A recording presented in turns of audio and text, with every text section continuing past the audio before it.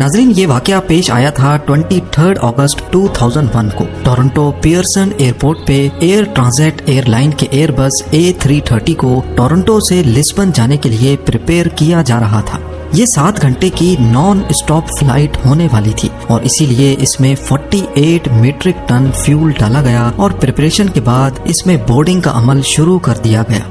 इस वक्त local time के हिसाब से रात के 9 बज रहे थे। फ्लाइट 236 में 293 पैसेंजर्स और 2 पायलट समेत 13 क्रू मेंबर्स सवार हो गए। Flight captain 48 years old Robert Piche थे, जिनको 16,000 आवर्स का फ्लाइट एक्सपीरियंस था। फर्स्ट ऑफिसर 28 साला डग डीगर थे और इनके पास भी 5,000 घंटों का एक्सपीरियंस था, जिसमें से 400 घंटे इन्होंने यही जहाज एयरबस A330 फ्लाई किया था। जहाज की बात की जाए तो ये उस वक्त का state of the art Airbus का A330 मॉडल था, जो सिर्फ 2 ही साल पुराना था। कुल मिलाकर बात यह है कि ना ही पायलट्स के एक्सपीरियंस में कोई कमी थी और ना ही जहाज में किसी किस्म का कोई फॉल्ट था। तमाम फ्लाइट चेक्स कंप्लीट करने के बाद पायलट्स फ्लाइट 236 को रनवे तक लेके गए और ATC की परमिशन से इन्होंने जहाज को टेक ऑफ कर दिया। टेक ऑफ के बाद पायलट ने जहाज का रुख अटलांटिक ओशन के उस पार लिस्बन की जानिब किया। चंद ही मिनटों में जहाज अपने क्रूजिंग एल्टीट्यूड 39,000 फीट तक जा पहुंचा। अमूमन इस तरह की लॉन्ग फ्लाइट्स पे पायलट्स का ज्यादा काम नहीं होता, क्योंकि ज्यादातर काम ऑटो पायलट सिस्टम ही करता है। पायलट सिर्फ सिचुएशन मॉनिटर करते हैं और कंट्रोल टावर को अपनी लोकेशन और अपडेट से आगाह करते रहते हैं। फ्लाइट 236 को टेक ऑफ किए 4 घंटे गुजर चुके थे। अभी तक सब कुछ नॉर्मल चल रहा था और पैसेंजर केबिन में ज्यादातर लोग रात होने की वजह से सो रहे थे। जहाज अटलांटिक ओशन के ठीक सेंटर में पहुंच चुका था और यही वो लम्हा था जब जहाज में एक मसला हो गया। कैनेडियन टाइम के हिसाब से रात के 1 बजे पायलट ने जहाज के इंजन नंबर 2 यानी जहाज के राइट इंजन में एक एबनॉर्मल रीडिंग नोटिस की। इंजन में ऑयल का प्रेशर ज्यादा शो हो रहा था, ऑयल की क्वांटिटी कम और ऑयल टेम्परेचर भी लो इंडिकेट हो रहा था। इस तरह का एरर पायलट्स अपने कैरियर में पहली बार देख रहे थे। उन्होंने फौरन फ्लाइट मैनुअल खोला और इस अजीब एरर के बारे में जानने की कोशिश की। नॉर्मली जब जहाज ऑपरेशनल होता है तो वक्त के साथ ऑयल टेम्परेचर बढ़ता है, लेकिन यहाँ वो लो टेम्परेचर इंडिकेट कर रहा था, जो कि किसी भी तरह नॉर्मल नहीं था। उनको फ्लाइट मैनुअल में इस एरर के बारे में कोई इन्फॉर्मेशन ना मिल सकी। पायलट्स ने कनाडा में एयर ट्रांजिट के मेंटेनेंस यूनिट से कांटेक्ट किया और उनको इस एरर के बारे में आगाह किया। बदकिस्मती से मेंटेनेंस यूनिट को भी इस एरर के बारे में मालूम नहीं था। उन्होंने पायलट को कहा कि वो इस एरर को मॉनिटर करते रहें, वो थोड़ी देर बाद उनसे दोबारा कांटेक्ट करेंगे। अगरचे जहाज के राइट इंजन में ऑयल की फॉल्टी रीडिंग्स शो हो रही थी, लेकिन परवाज में किसी किस्म का भी कोई मसला नहीं था। पायलट्स ये सोचकर रिलैक्स हो गए कि शायद कोई फॉल्टी सेंसर ऑयल की गलत रीडिंग्स दे रहा है, लेकिन आधे घंटे के बाद कैप्टन के सामने एक और एडवाइजरी मैसेज डिस्प्ले हुआ। ये मैसेज ऑयल से रिलेटेड नहीं बल्कि फ्यूल से रिलेटेड था। कमर्शियल एयरलाइंस का फ्यूल उनके विंग्स में इक्वली डिस्ट्रीब्यूटेड होता है और ये नोटिस किया गया कि फ्लाइट 236 के दोनों विंग्स में एक जितना फ्यूल नहीं है। राइट विंग में फ्यूल की क्वांटिटी लेफ्ट के मुकाबले में कम थी। अब नॉर्मली ये मसला भी इतना सीरियस नहीं होता, क्योंकि इस मसले को फ्लाइट के दौरान ही फिक्स किया जा सकता है। कैप्टन ने इस मसले को फिक्स करने के लिए क्रॉस फीड वाल्व खोल दिया, जिससे लेफ्ट विंग से फ्यूल राइट विंग में जाना शुरू हो गया और मिनटों में अब वापस दोनों विंग्स में फ्यूल की क्वांटिटी बराबर हो चुकी थी। इस बात को अभी 10 मिनट ही गुजरे थे कि कैप्टन को लो फ्यूल की वार्निंग दिखना शुरू हो गई। ये एक ऐसा मसला था जिसको कोई भी पायलट फेस नहीं करना चाहता, और वो भी पैसेंजर से भरे जहाज में। पायलट ने देखा कि राइट विंग में दोबारा से फ्यूल कम हो गया है और अब दोनों विंग्स को मिलाकर भी इतना फ्यूल भी नहीं है जिससे लिस्बन पहुंचा जा सके। अब की बार मामला सीरियस हो चुका था। अटलांटिक ओशन के बीचों बीच प्लेन को डाइवर्ट करने के ज्यादा ऑप्शन भी मौजूद नहीं थे। हकीकत में इनके पास एक ही ऑप्शन था और वो था एजोर्स आइलैंड। ये आइलैंड्स अटलांटिक ओशन में मौजूद पोर्चुगल टेरिटरी का हिस्सा हैं, जहां टर्सेरा नामी आइलैंड पर एयरपोर्ट मौजूद है।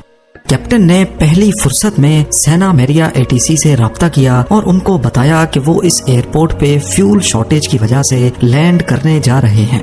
पर अभी तक पायलट को भी कंफर्म नहीं था कि वो इस एयरपोर्ट तक पहुंच भी पाएंगे या फिर उनको ओशन में ही लैंड करना पड़ेगा। इस वक्त जहाज में 7 टन फ्यूल बचा था, यानी करीब 7000 केजी। देखने में तो ये बहुत ज्यादा है, लेकिन असल में ये A330 की फ्यूल कैपेसिटी का सिर्फ 6% फ्यूल था, और वो भी बहुत तेजी से कम होता जा रहा था। पर फ्यूल का कम होना सिर्फ एक सूरत में मुमकिन है कि कहीं ना कहीं से फ्यूल लीक हो रहा हो। ये पता लगाने के लिए कैप्टन ने फ्लाइट क्रू को इंस्ट्रक्शंस दी कि विंग की ट्रेलिंग एज यानी विंग के पिछले हिस्से को जाकर मॉनिटर करें। अगर तो फ्यूल लीक हो रहा होगा तो जरूर वहां से कोई इंडिकेशन मिलेगी, पर अंधेरे की वजह से क्रू को ऐसी कोई इंडिकेशन ना मिल सकी। अब कंडीशन ये थी कि हर 5 मिनटों में 1 टन फ्यूल खत्म हो रहा था। कैप्टन को अब क्लियर हो गया कि फ्यूल कहीं ना कहीं से लीक जरूर हो रहा है। उनके पास अब सिर्फ 25 मिनटों का फ्यूल बाकी बचा था, जिससे टर्सेरा एयरपोर्ट तक भी पहुंचना मुमकिन नहीं था। इस दौरान कैप्टन और फर्स्ट ऑफिसर लगातार मेंटेनेंस यूनिट और ATC से कांटेक्ट में थे। मेंटेनेंस यूनिट ने कैप्टन को इंस्ट्रक्शंस दी कि वो फ्यूल लीकेज को कंफर्म करने के लिए जहाज को 39,000 से 20,000 फीट तक लेकर जाएं, पर कैप्टन ने ऐसा करने से इनकार कर दिया, क्योंकि पायलट का मानना था कि अगर फ्यूल लीकेज कंफर्म भी हो गई तो जहाज को वापस ऊपर लेकर जाना पॉसिबल नहीं होगा। एटलीस्ट उनके पास अभी 39,000 फीट्स पर ग्लाइडिंग का ऑप्शन तो बाकी है। अगले चंद मिनटों में सारे शक दूर हो गए जब जहाज के राइट इंजन में आग भड़क उठी। ये देखकर जहाज में अफरा तफरी मच गई और पैसेंजर्स जो अभी तक सुकून की नींद सो रहे थे, उनके सुकून को खौफ के बादलों ने ढक दिया। जहाज में अब 4.5 टन फ्यूल और सिर्फ एक इंजन बचा था। इस एक इंजन पे जहाज का क्रूज करना पॉसिबल नहीं था, लिहाजा अब आहिस्ता आहिस्ता एल्टीट्यूड कम होना शुरू हो गया। दूसरी तरफ टर्सेरा एयरपोर्ट पे इमरजेंसी नाफिज हो गई। फायर ट्रक्स और इमरजेंसी क्रू ने हर तरह की सिचुएशन से निपटने के लिए अपनी तैयारियां शुरू कर दी। जहाज जो कि टर्सेरा एयरपोर्ट से अभी भी 240 किलोमीटर दूर था, उसमें अब सिर्फ 600 केजी का फ्यूल बचा था। इतने में वही हुआ जिसका डर लगा हुआ था। जहाज का लेफ्ट इंजन फुल थ्रस्ट पे चलने की वजह से जल गया और अब फ्लाइट 236 बगैर इंजन के अटलांटिक ओशन के ऊपर ग्लाइड करने लगी। यहाँ पर कैप्टन का जहाज को 20,000 फीट तक ड्रॉप ना करने का फैसला बिल्कुल सही साबित हुआ।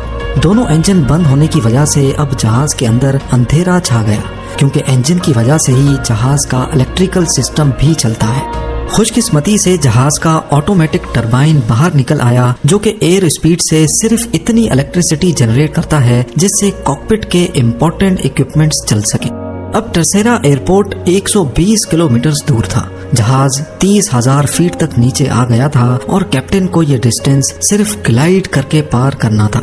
पैसेंजर केबिन में अंधेरा और पिन ड्रॉप साइलेंस ने एक खौफ का समा बनाए रखा था, ऐसी खामोशी जो शायद किसी आफत का इशारा दे रही थी। वर्स्ट केस ये था कि अगर जहाज एयरपोर्ट तक ना पहुंच पाया तो उसको ओशन में ही लैंड कराना पड़ेगा। इसी वजह से क्रू ने पैसेंजर्स को पानी में लैंडिंग के हवाले से प्रिपेयर करना शुरू कर दिया। ओशन में लैंडिंग हर तरह से खतरनाक होती है, क्योंकि अगर तो पैसेंजर इम्पैक्ट से बच भी गए तो पानी में डूब सकते हैं, और अगर पानी में नहीं डूबे तो ठंडे पानी की वजह से हाइपोथर्मिया से मर सकते हैं। अब नॉर्मली बगैर इंजन के पैसेंजर प्लेन को ग्लाइड करना बहुत मुश्किल होता है। सब कुछ प्लेन के पिच कंट्रोल पे डिपेंडेंट था, जिसको पायलट मैनुअली स्टिक से कंट्रोल कर रहे थे। जहाज का एल्टीट्यूड 2000 फीट पर मिनट के हिसाब से ड्रॉप हो रहा था, यानी अगले 15 मिनटों में या तो जहाज एयरपोर्ट पर पहुंचेगा या फिर ओशन में। जब प्लेन का डिस्टेंस टर्सेरा एयरपोर्ट से 15 किलोमीटर रह गया तो इसका एल्टीट्यूड 13,000 फीट था, और नॉर्मली इतने डिस्टेंस पर एल्टीट्यूड 3,000 फीट रखना होता है। अब अगर तो पायलट ने नोज डाइव करके अपना एल्टीट्यूड कम किया तो प्लेन की स्पीड बहुत तेज हो जाएगी, और इस सिचुएशन में क्रैश लैंडिंग के इम्कान बहुत ज्यादा होते हैं। इसीलिए पायलट ने जहाज को वहीं एक 360 चक्कर लगवाया। ये चक्कर जब कंप्लीट हुआ तो एयरपोर्ट से डिस्टेंस उतना ही था, जबकि एल्टीट्यूड 5,000 फीट तक ड्रॉप हो चुका था। ये एल्टीट्यूड अभी भी ज्यादा था, पर इतना ज्यादा नहीं कि एक और 360 लगाया जा सके। इसीलिए पायलट ने जहाज की पोजीशन रनवे की सीध में की और इसको चंद एस टर्न्स लगवाए। एस टर्न्स की वजह से जहाज का रनवे से डिस्टेंस मजीद बढ़ गया और उसको एल्टीट्यूड कम करने का मजीद टाइम मिल गया। नॉर्मल हालात में लैंडिंग के वक्त फ्लैप्स ओपन रखे जाते हैं जिससे ड्रैग पैदा होता है और इंजन थ्रस्ट बढ़ा दिया जाता है जिससे प्लेन की नोज ऊपर हो जाती है। पर फ्लाइट 236 के पास इंजन थ्रस्ट तो था नहीं, इसीलिए ये लैंडिंग नॉर्मल लैंडिंग से बहुत अलग और बहुत खतरनाक भी थी। पायलट के पास प्लेन को लैंड करने का सिर्फ एक ही चांस था, या तो आर या तो पार। आखिरकार प्लेन एक जोर के झटके से रनवे पर लगा और 12 में से 8 टायर्स बर्स्ट हो गए। प्लेन को रोकने में थोड़ी मुश्किल तो जरूर पेश आई, लेकिन फाइनली वो स्किड करता रुक ही गया। प्लेन रुकते ही उसके लैंडिंग गियर में आग भड़क उठी, जिस पर एयरपोर्ट क्रू ने फौरन काबू पा लिया। फ्लाइट 236 एविएशन हिस्ट्री का वो पहला और आखिरी पैसेंजर प्लेन था जिसने बगैर इंजन के सबसे ज्यादा टाइम तक ग्लाइड करने का रिकॉर्ड बनाया। राइट इंजन में फ्यूल लीकेज के हवाले से जब इन्वेस्टिगेशन हुई तो मालूम पड़ा कि टोरंटो में टेक ऑफ से पहले मेंटेनेंस क्रू ने इंजन का एक पार्ट चेंज किया था, लेकिन वो पार्ट किसी और प्लेन का था। लूज फिटिंग की वजह से उसमें वाइब्रेशन हुई जिसने करीब से गुजरती फ्यूल लाइन को बर्स्ट कर दिया। इस वाक़े के बाद ही एयरबस ने एक नया सिस्टम इंस्टॉल किया जिससे फ्यूचर में पायलट्स को दौरान परवाज फ्यूल लीकेज का भी पता पड़ सकेगा। 1 साल बाद कैप्टन रॉबर्ट पीशे और फर्स्ट ऑफिसर डर्क टीगर को एयरबस A330 पर डेड स्टिक लैंडिंग परफॉर्म करने के लिए सुपीरियर एयरमैनशिप अवार्ड से नवाजा गया।